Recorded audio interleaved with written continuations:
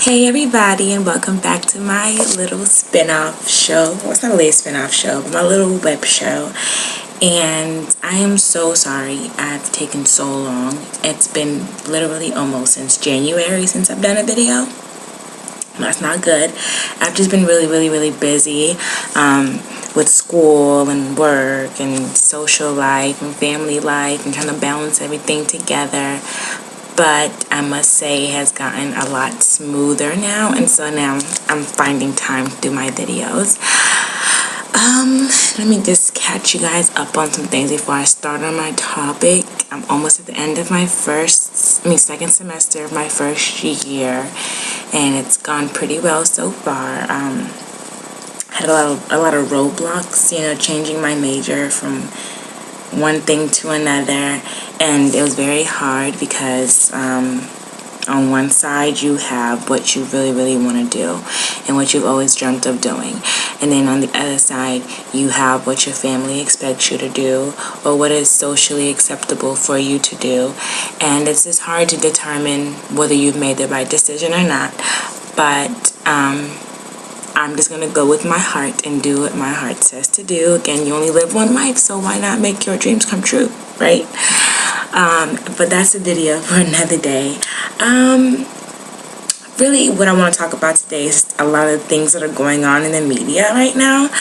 I don't know if you guys watch The Real Housewives of Atlanta, but if you do, you know that right now Porsha Stewart and Kordell Stewart, Kordell is an ex-football player.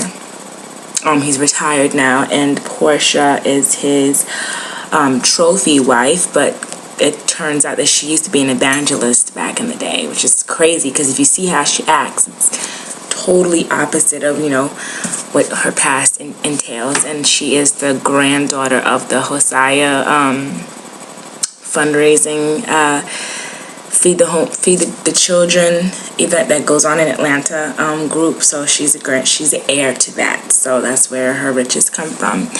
But they are divorcing, and I hate to say it, but I saw it coming just because he's this very controlling guy, on the very slick.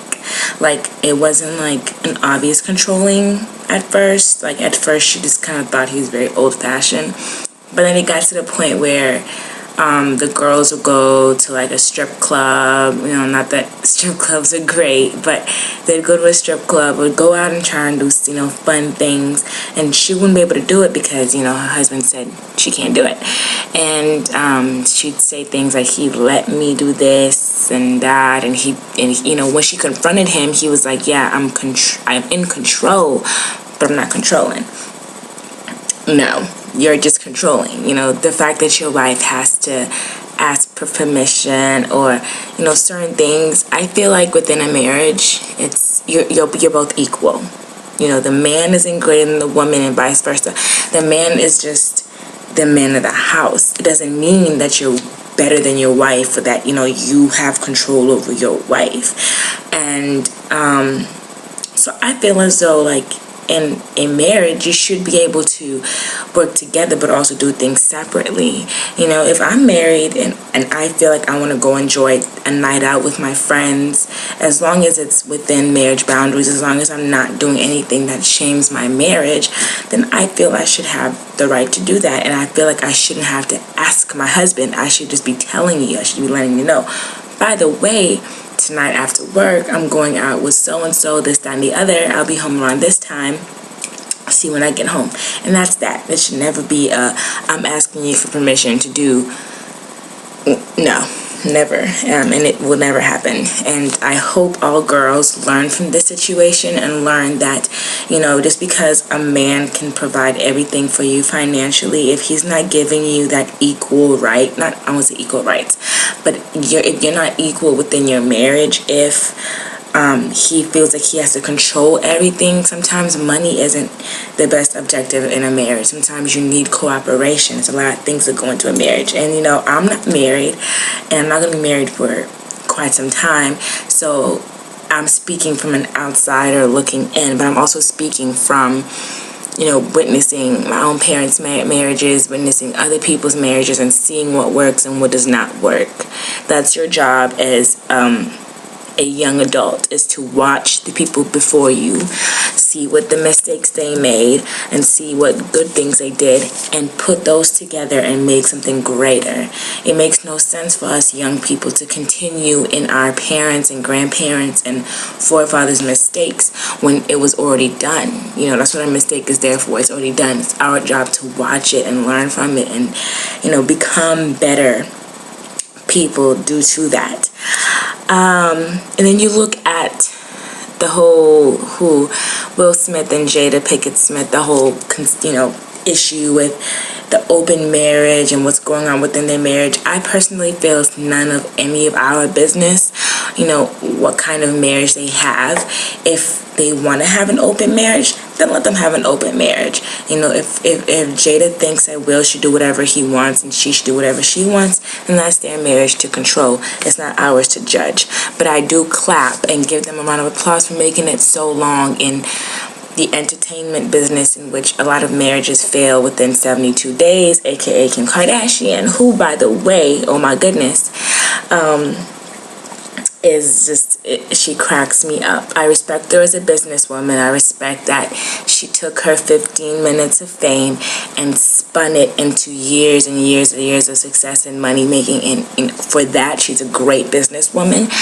But as far as her life, I don't think she's going to look back and be proud of who she is, because she's been through two marriages, right? She's been through 2 marriages already. A lot of people don't know that she was married a long time ago and then got divorced from that, whomever the guy is that she married, and then started dating people. Or is it her that got married and got divorced? Or she was living with the guy and he wasn't really good, something like that. She was in a really long relationship, or a really serious relationship, a long time ago, and then started dating Ray J and Reggie Bush and Nick Cannon. She dated Nick Cannon. And Michael Jackson's nephew, she went to prom with him, and then Chris Humphries, and then that one guy before Chris Humphries, that one guy that lived in Australia or something, that she kind of had an infatuation about, and then Chris Humphries, and then married him for 72 days, and now Kanye, and within 18 days of spending time with each other, she was pregnant with his child, and now they're talking about marriage. So, for her, relationship-wise, I just think that she needs to, again, learn from her mom and her dad's situation and how that went down, and see that, okay, it's okay. Okay, I don't want to say it's okay to get a divorce. It's okay if you're divorced because your partner has failed you, in that they've broken those vows. But it's not okay to make a mockery out of marriage. And that's what I feel that a lot of people are doing right now, is divorcing, getting married, divorcing, getting married, divorcing, getting married. That's making a mockery out of marriage, because when you say to death do us part, I don't know why divorce should even be in your head after 72 days. Like, it could not have been that bad. And if it was that bad, you knew about it before you got married. So really, you just set yourself up for no apparent reason. If you're having cold feet, take care of that cold feet. Make sure that cold feet is non-existent. And if it's there, make sure you take note of it and maybe put a hold to the whole wedding situation until after the whole cold feet situation clears out. And I believe when you find the person that God wants you to be with again, you will know that's the person that God wants you to be with, and you won't have cold feet. Only reason why you probably have cold feet is you probably thinking, am I good enough for them, and obviously you are if they want to marry you. But I feel like if you take your marriage or any relationship and it's you, them, and God is the rope that binds y'all together, along with all your experiences as a couple, along with all the everything that you guys have gone through as a couple. If you guys incorporate God into it and trust that God will help carry you guys together, and you both put in the same amount of effort and have the same amount of respect for one another, I honestly believe your marriage will last 50, 75, in a lifetime. But it is up to us young people, as I wrap up, to take our time when we're finding this mate that we will call our own forever. Take your time. Don't rush into it. Don't jump on the first person that you meet and say, this is the one. Make sure you've evaluated yourself. You've learned who you are as a person. And once that is established, and once you see that they have what it takes to be your spouse, and that you understanding and in your head, you know that you can handle their changes, because everyone changes, you know, throughout their life. No one is the same from the time they were 13 to the time they were 75. Life happens, and, you know, pieces of you change. Your character may still be the same. You may still be the same shy girl or the same kind-hearted person, but different things about you change. So when you walk into a marriage, you have to understand that that person is going to endure changes. They're going to transform, but they're still going to be your husband and your wife, and so you have to learn how to change along with them. You have to love them throughout those changes, and that's how your marriage will last. And I just wish Kordell and Porsha the best of luck. I hate to see it end in divorce. I wish there was something that could have worked out. I know they both really loved each other. I don't doubt that. I just feel that, you know, she, from being on the show and seeing fellow women who are very successful and very headstrong and very much in the same amount of control in their relationship as their husbands, she craved for that. She saw Nene and Greg and Cynthia and Peter, and she saw how they all kind of worked together and no one was asking the other one for permission, and she kind of craved that. She kind of wanted that. And Kordell, you know, he wasn't trying to budge. He knew what he wanted in a wife, and that was someone to stay at home with the kids and do that whole situation. And, you know, she realized it's not what she wanted, and you know what, I hope she finds exactly what she wants in him as well. But that's it for today's video. I just felt like getting that out there. I will try my hardest to come back with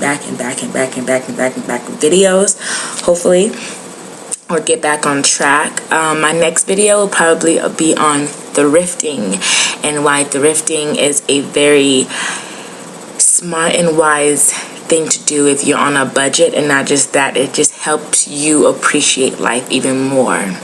And I will explain to you why that is.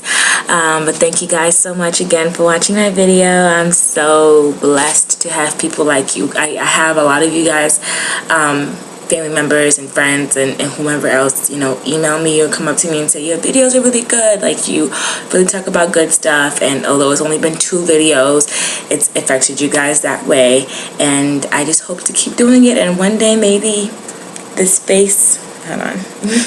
This space will be somewhere on TV bringing the latest news, or, you know, just doing what I want to do, and that's just discussing all that's going on in the world. But then again, thank you guys so much. I hope you all have a wonderful night, day, evening, whatever time it is that you're watching this, and may God bless you all. It's me again, Marilyn, and I love you.